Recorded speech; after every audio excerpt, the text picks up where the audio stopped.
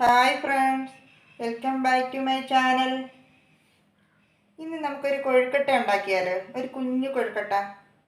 അപ്പം അതെങ്ങനെയെന്ന് നോക്കാം. പോകാം റെസിപ്പിയിലേക്ക്. ഇത് അതിനാവശ്യത്തിനുള്ള അരിപ്പൊടി, വറുത്ത അരിപ്പൊടിയാണ്. ഈ പാക്കറ്റിൽ കിട്ടുന്ന അരിപ്പൊടി ഉണ്ടല്ലോ, അതാണ്. അതിനുവേണ്ടി ഞാൻ കുറച്ച് തേങ്ങ ചിരകിയത് വെച്ചിട്ടുണ്ട്. ഈ അരിപ്പൊടിയാണ് ഞാൻ എടുത്തിരിക്കുന്നത്.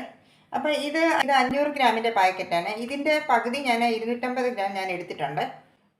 ഇനി അരിപ്പൊടി ഇതിലേക്ക് ഇട്ട് കൊടുക്കുവാണ്. ഇതിലേക്ക് കുറച്ച് ഉപ്പ് ചേർത്ത് കൊടുക്കുവാണ്.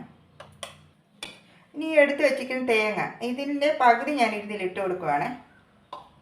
ബാക്കി പിന്നീട് ചേർത്ത് കൊടുക്കാമേ.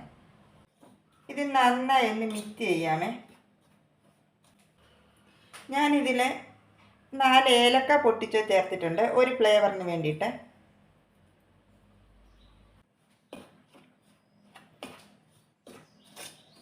കുഴച്ചെടുക്കാമേ. പാനിൽ ഞാൻ കുറച്ച് വെള്ളം വെച്ചിട്ടുണ്ട്. ഇത് ഞാൻ 1 കപ്പ് വെള്ളം എടുത്തിട്ടുണ്ട്. ഇത് നന്നായിട്ട് ചൂടായിട്ടുണ്ട്. ഇനി ഈ പൊടി ഇതിലേക്ക് ഇട്ട് കൊടുക്കാമേ.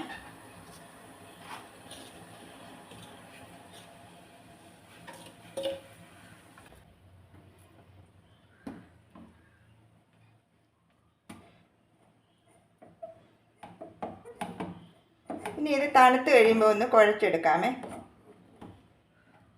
ഇതെല്ലാം ഞാൻ നന്നായി മിക്സ് ചെയ്തിട്ടുണ്ട്.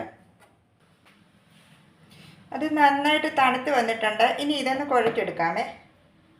ഇപ്പം കുഴക്കട്ടയൊക്കെ ഉണ്ടാക്കുമ്പോൾ ഇതുപോലെയാണ് ചെയ്യാറ്. ഇതുപോലെ ചൂടുവെള്ളത്തിൽ ഇട്ടാണ് ഞാൻ കുഴച്ചെടുക്കുന്നത്. അപ്പം നല്ല സോഫ്റ്റായിട്ട് കിട്ടുമേ. ഇനി ഇതൊന്ന് കുഴച്ചെടുക്കാമേ.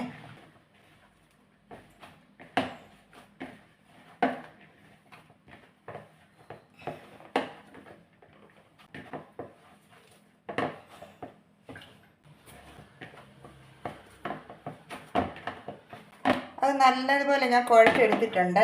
ഇനി ഇത് ചെറിയ ബോൾസായിട്ടൊന്ന് ഉരുട്ടിയെടുക്കാമേ.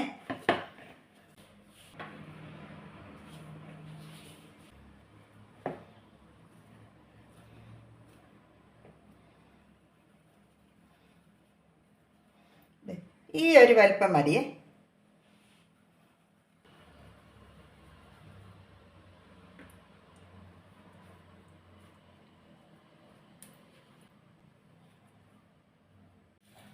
അതെല്ലാം ഞാൻ ഉരുട്ടിയെടുത്തിട്ടുണ്ട്. അതിനുവേണ്ടി ഞാൻ സ്റ്റീമറിൽ കുറച്ച് വെള്ളം വെച്ചിട്ടുണ്ട്. ഇല വെച്ച് കൊടുക്കുവാണ്. ഇനി ഇതെല്ലാം ഇതിലേക്ക് വെച്ച് കൊടുക്കാമേ.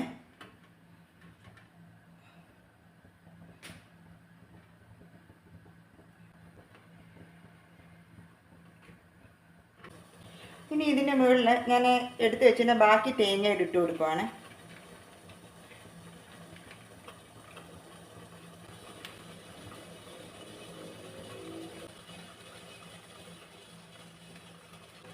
ഇതൊന്ന് അടച്ചു വെച്ച് കൊടുക്കാമേ. ഇനി ഇതൊന്ന് തുറന്ന് നോക്കാമേ.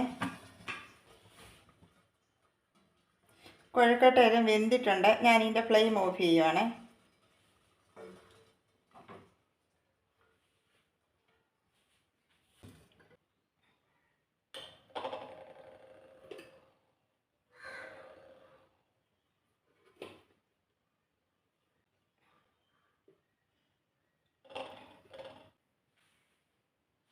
നമ്മുടെ കുഴക്കട്ട ഇവിടെ റെഡി ആയിട്ടുണ്ട്.